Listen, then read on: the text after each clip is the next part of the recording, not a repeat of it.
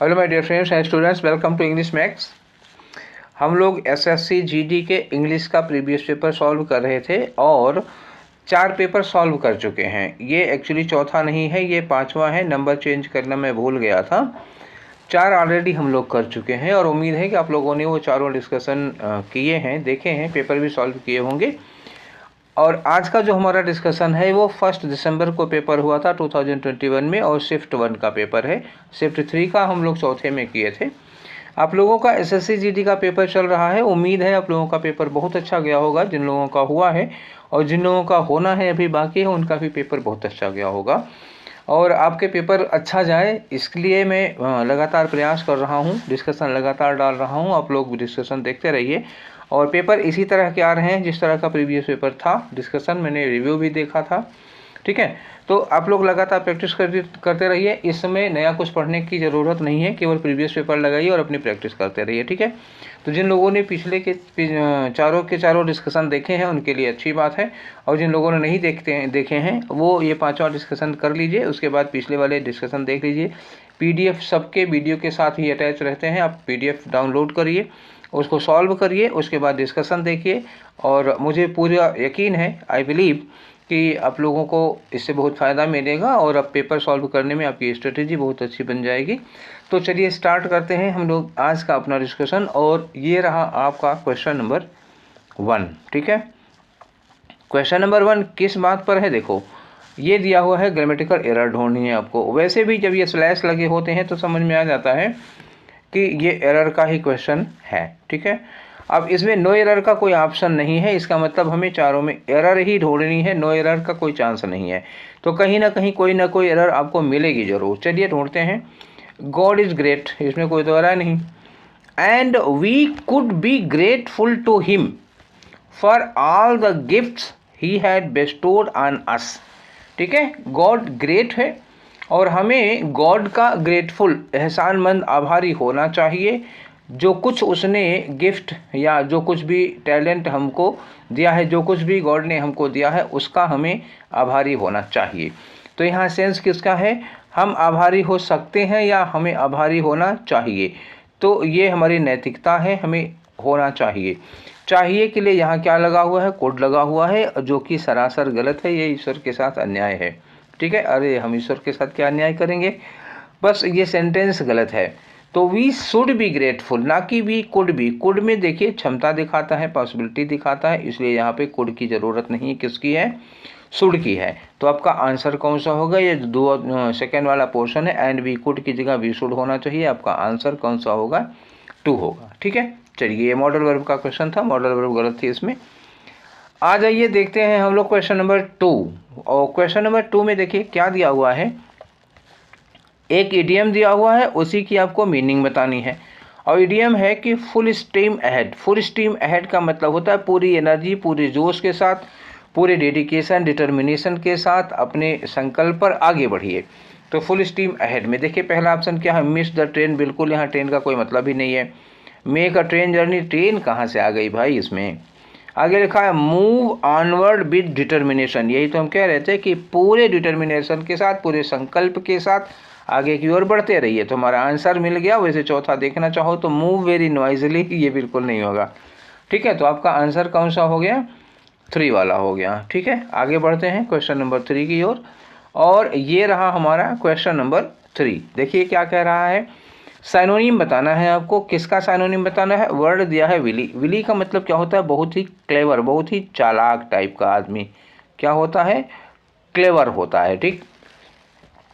अब ये clever positive sense का है, नेगेटिव सेंस वाला नहीं, धूर्त वाला नहीं है ये, ठीक है।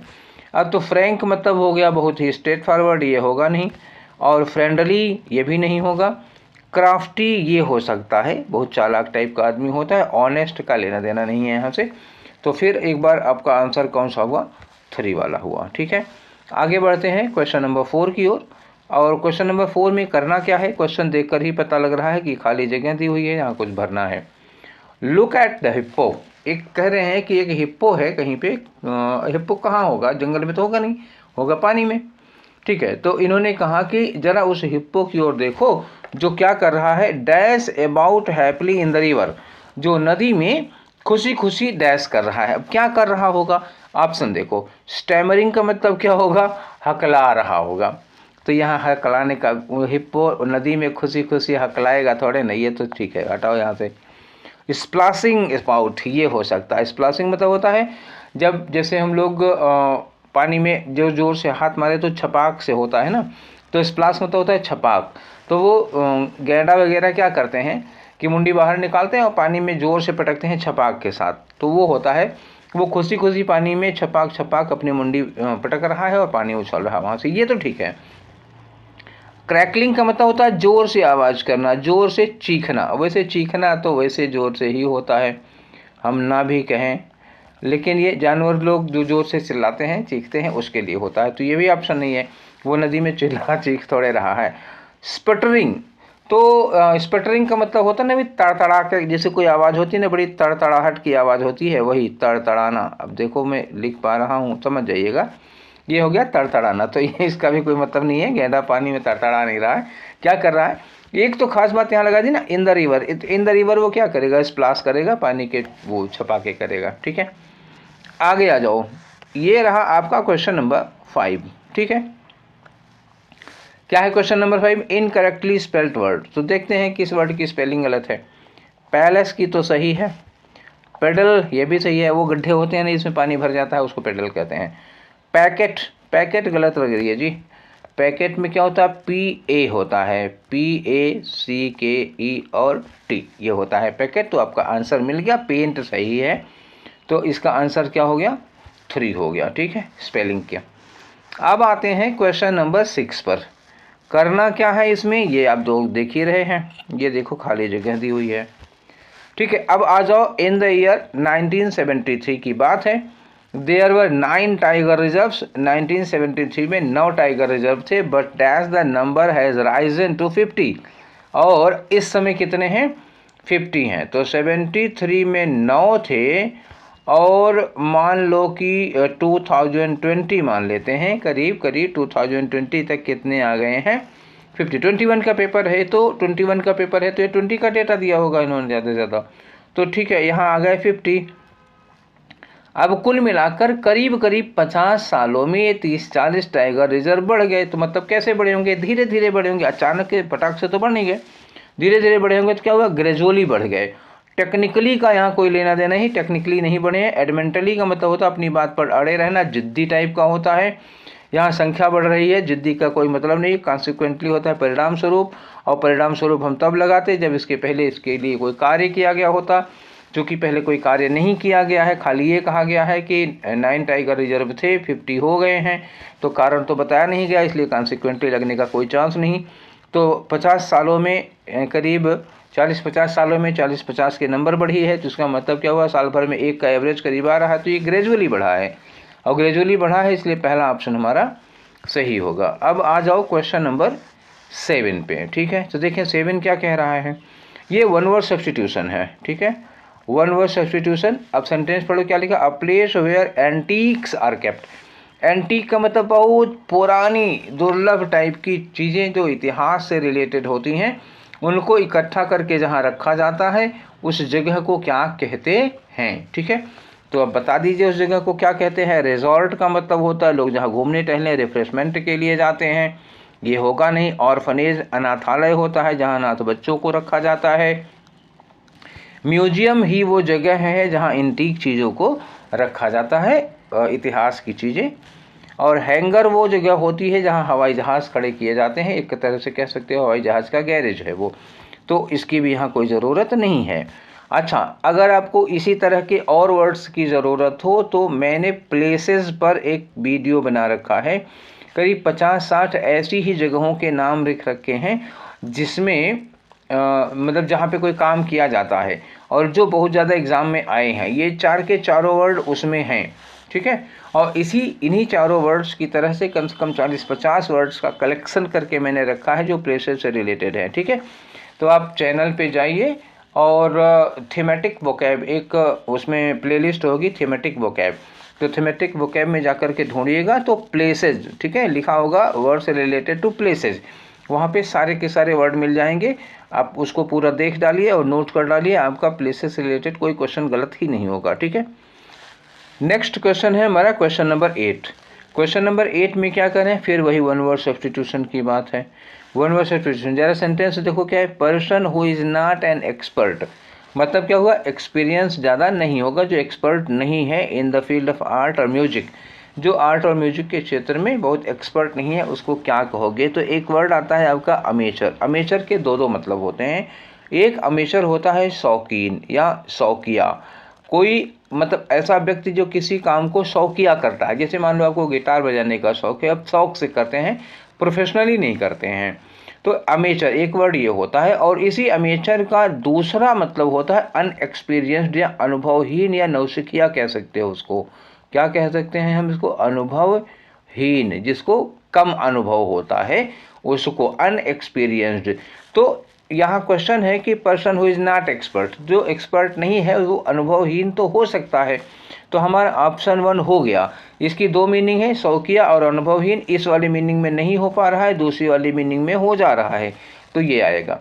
बाकी सारे वर्ड्स देख लो। पैट्रन का मतलब होता है संरक्षक, ठीक है, संरक्षक, जैसे पुराने ज़माने में कवियों वगैरह के, चित्रकार वगैरह के संरक्षक हुआ करते थे, राजा वगैरह, ठीक है।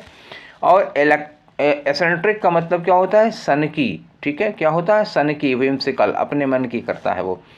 पारिया का मतलब होता है समाज से बहिष्कृत, ठीक है, जिसका हुक्का पानी बंद कर दिया गया हो, समाज से निकाला हुआ हो जाता है, तो ये हो गया, ठीक है। हमारे काम का वर्ड कौन था, यही वाला था, अमेचर। आपका आंसर भी हो गया, ठीक है। आगे बढ़ते हैं। अब आया हमारा क्वेश्चन नंबर 9। तो क्या है क्वेश्चन नंबर 9, देखो एक ये अंडरलाइन किया हुआ है। अब इसके आगे यहाँ देखो लिखा idiom and phrase. Idiom and phrase होगा तो क्या होगा, क्लोजेस्ट मीनिंग बतानी होगी आपको। तो कट डाउन लिखा हुआ है, तो कट डाउन में काटना हो गया। देखो क्या काटने के लिए कह रहे हैं, पहले तो ये देखा जाए, please cut down on your expenses, भैया खर्चे कम कर लो, ये कह रहे हैं, एक्सपेंसेस को कम कर लो, वरना और you will face difficulties in the future, वरना भविष्य में बड़ी मुसीबतें आएंगी। तो ये रेज तो हो गया, बढ़ा देने के लिए लगेगा नहीं। रिकवर का ये लगेगा नहीं, रिकवर करना। रिड्यूस का मतलब कम कर लो, ये ठीक है। रिफ्यूज मतलब मना कर दो, खर्चे मना नहीं करना है, रिड्यूस करना है। आपका आंसर क्या होगा, 3 होगा कट डाउन के लिए, ठीक है। अब आगे आ जाओ क्वेश्चन नंबर 10। तो 10 क्या कह रहा है जी 10 है one word substitution, once more, फिर वही वन वर्ड सब्स्टिट्यूशन। तो वन वर्ड सब्स्टिट्यूशन में एक सेंटेंस दिया हुआ है, ड्वार्फ वेराइटीज ऑफ ट्रीज, पेड़ों की ड्वार्फ वेराइटी, जो छोटे पौधे होते हैं, जो गमलों वगैरह, and shrubs grown in pots, pot मतलब बाल्टी में उगा लिए, गमले में उगा लिए, जो छोटे। अब मान लो नीम का पेड़ कितना बड़ा होता है, नीम का पेड़ गमले में लगा दोगे तो कितना बड़ा होगा, छोटा सा होकर रह जाएगा। तो बड़े बड़े पेड़ जब गमलों में लगा दिए जाते हैं तो वो छोटे रह जाते हैं। तो उस पेड़ों को, उन पेड़ों को क्या कहते हैं, उन्हें कहा जाता है बोनसाई, ठीक है। बड़े पेड़ों को जब किसी बर्तन में, बाल्टी में, गमले में, इन सब में उगाया जाता है तो वो बहुत बड़े नहीं होते, छोटे रह जाते हैं, उन्हें बोनसाई कहा जाता है। आपका आंसर 1 हो गया। बाकी वर्ड अगर जानना चाहो तो मैं बता सकता हूँ। एक वर्ड होता है श्रिम्प, ठीक है, और एक वर्ड है बोनांजा। बोनांजा का क्या मतलब होता है, बोनांजा का मतलब होता है लाभ या फायदे की स्थिति। पिग्मी का मतलब क्या होता है, बहुत छोटा, बहुत नन्हा सा, पिग्मी पिद्दी भर का होता है। श्रिम्प का मतलब देखो मैं बताना भूल गया था, एक होता है झींगा, नाम सुना होगा आपने, झींगा, झींगा एक मछली होती है, उसको कहते हैं श्रिम्प, ठीक है। और बोनांजा लाभ की स्थिति हो गई, पिग्मी बहुत छोटा सा होगा, पिद्दी सा हो गया। तो आपका आंसर फिलहाल 1 था इसमें, ठीक है। आगे बढ़ते हैं। क्वेश्चन नंबर 11, क्या है क्वेश्चन नंबर 11 में, करेक्टली स्पेल्ड वर्ड, बड़ा ध्यान रखिएगा, क्या लिखा है, करेक्टली स्पेल्ड, ठीक, इनकरेक्टली नहीं है, करेक्टली। इसमें किस वर्ड की स्पेलिंग करेक्ट है, तो मेटालिक की क्या हो गई, इनकरेक्ट है। क्यों, मेटालिक में डबल एल होता है, META डबल LIC होगा मेटालिक, तो ये गलत हो गया। वाइगोरसली की एकदम सही है।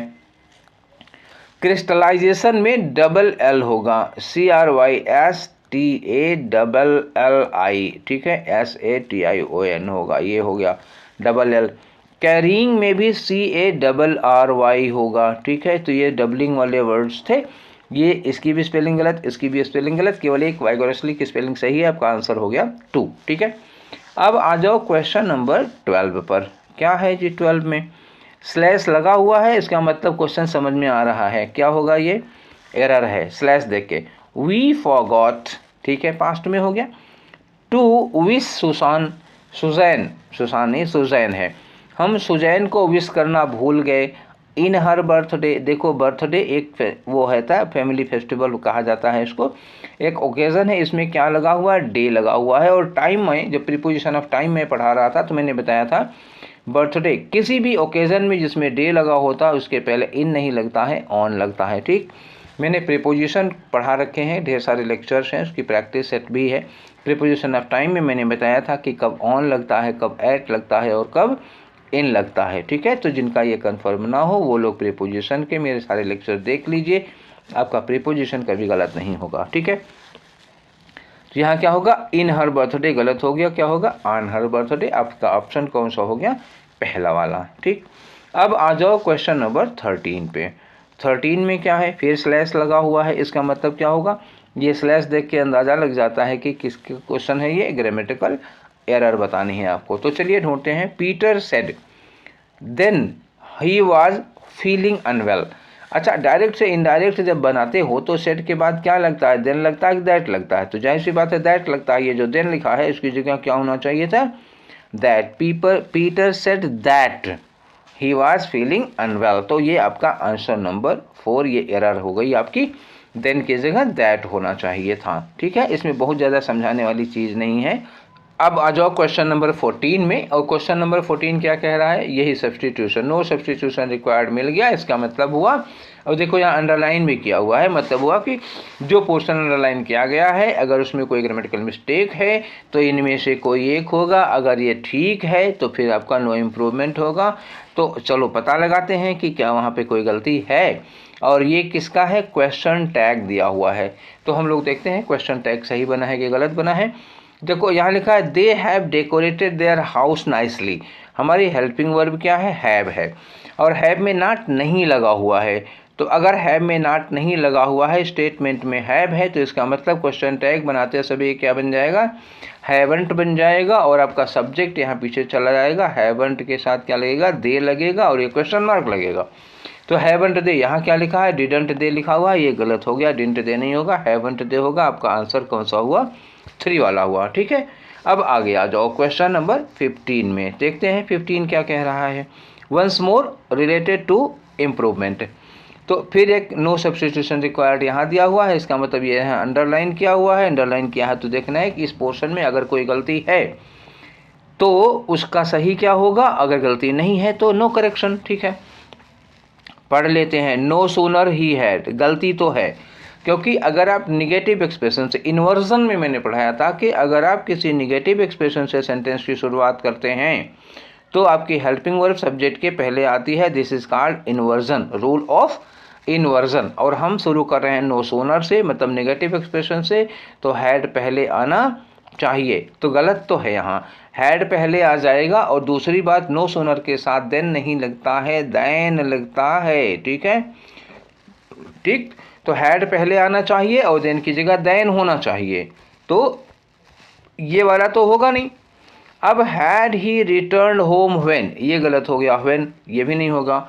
ही रिटर्न, अब देखो हैड पहले जाना चाहिए था, यहाँ दैन तो लगा है लेकिन हैड पहले जाना चाहिए था ना, तो ये भी गलत हो गया।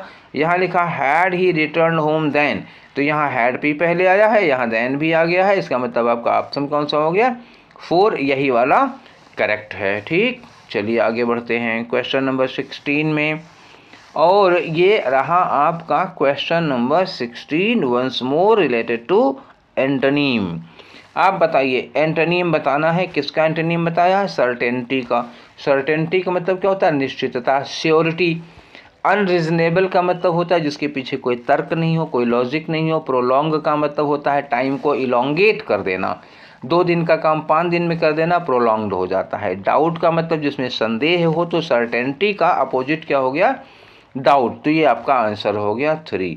और चौथा भी देख लेते हैं, डाइवर्स। डाइवर्स का मतलब क्या होता है, कन्वर्स डाइवर्स 2 चीज़ें होती हैं, जैसे एक ऐसे नदी जा रही है, ठीक, ये नदी है, रास्ते में कहीं ज़मीन पड़ जाती है, ऐसे इतनी ज़मीन पड़ जाती है, तो नदी की धारा कैसे हो जाती है, इधर हो जाती है और इधर हो जाती है। तो ये क्या हो गया, डाइवर्ज हो जाना। ये उसके बाद ऐसे नदी ऐसे निकल गई, ठीक है। तो ये जो डाइवर्ज हो जाती है, एक धारा आई 2 धाराओं में फूट गई, तो इसी को कहते हैं डाइवर्ज हो जाना।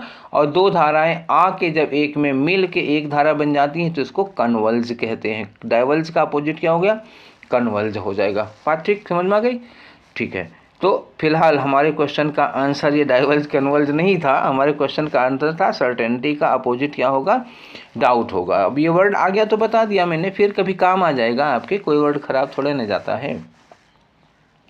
अब आओ क्वेश्चन नंबर 16 पर, नहीं 17 है जी, 16 कर चुके। फिर ये अंडरलाइन किया हुआ है, इसका मतलब फिर इम्प्रूवमेंट की बात होगी। देखते हैं कि सेंटेंस में कोई गड़बड़ी है या नहीं है। चलिए पढ़ते हैं। Not only did he run away, ठीक है, यहाँ तक तो कोई दिक्कत नहीं है। नॉट ओनली, फिर अभी थोड़ी देर पहले मैंने इन्वर्जन वाले रूल में बताया था कि अगर कोई सेंटेंस नेगेटिव एक्सप्रेशन से शुरू होता है तो हमको हेल्पिंग वर्ब पहले लानी पड़ती है। तो ये देखो सेंटेंस नॉट ओनली से शुरू हुआ है, नॉट ओनली से शुरू होने का मतलब डिड पहले आ गया, गुड, अच्छी बात है।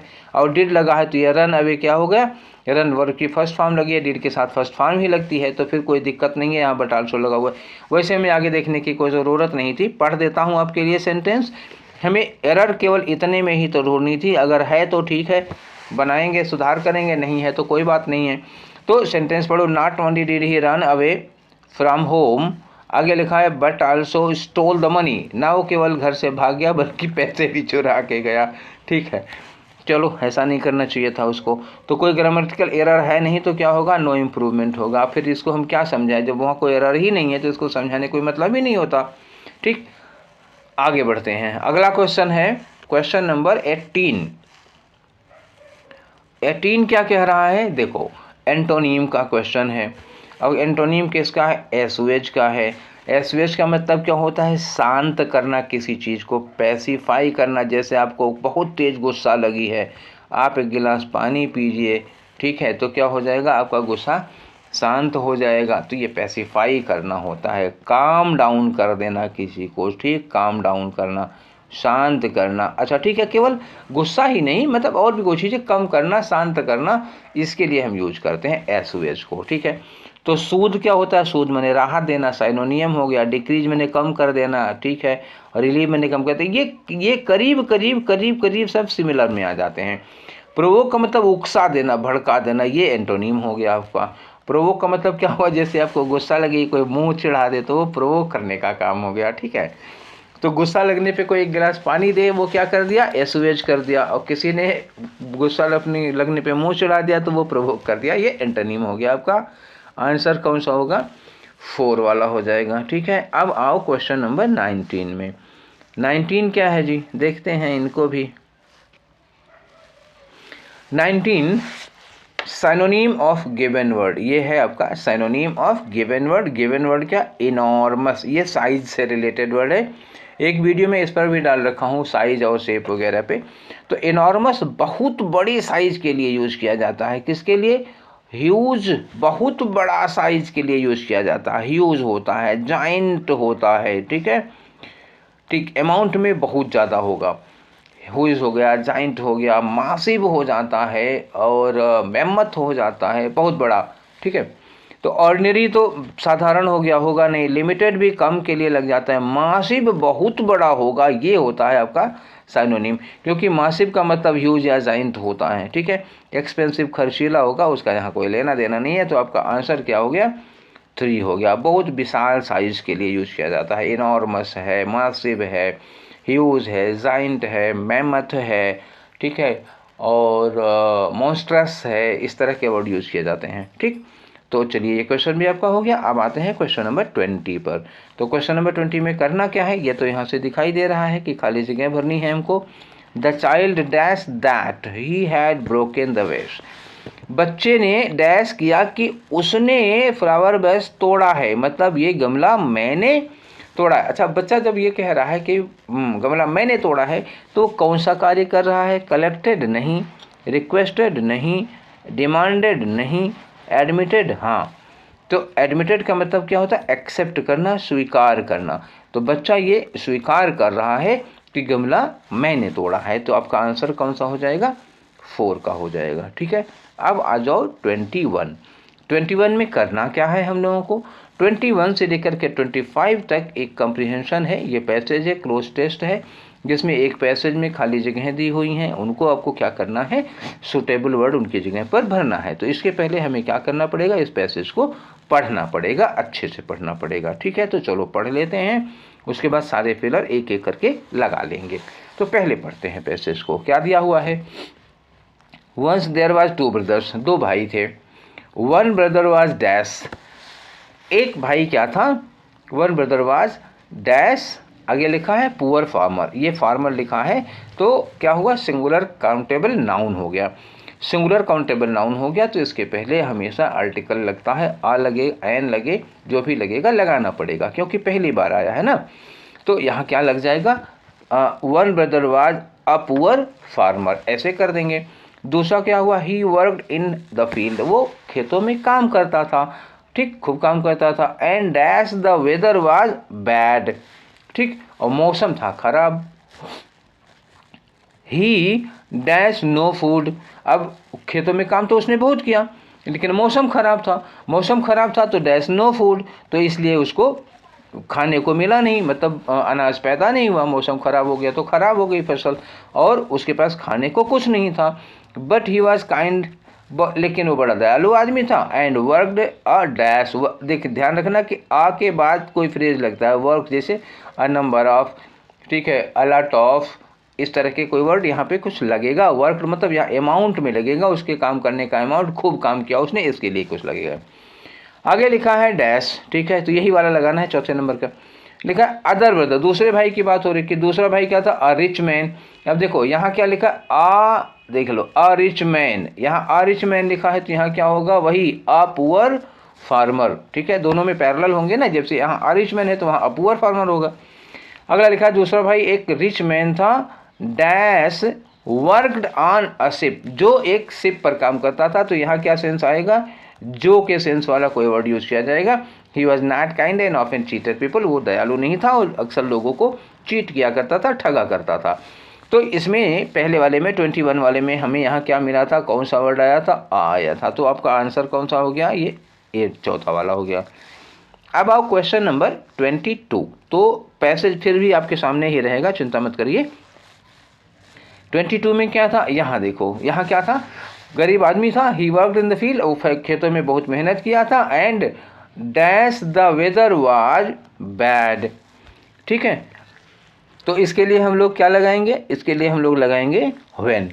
क्यों व्हेन लगाएंगे, यहाँ वही कह रहे हैं कि and when the weather was bad he dash no food, और जो मौसम खराब हुआ, यही हुआ ना, जब मौसम खराब हुआ तो उसको खाने को कुछ नहीं मिला, तो कुछ नहीं मिला, यहाँ हम लगा दिए व्हेन, क्योंकि देखो व्हाइल लग नहीं पाएगा, आफ्टर लग नहीं पाएगा, व्हाट लग नहीं पाएगा, टाइम बता रहे हैं, टाइम के लिए व्हेन लगाएंगे, और कोई ऑप्शन नहीं है इसमें टाइम के लिए। अब आते हैं हम लोग तीसरे नंबर पे, तो देखें तीसरे नंबर में क्या लगाना है।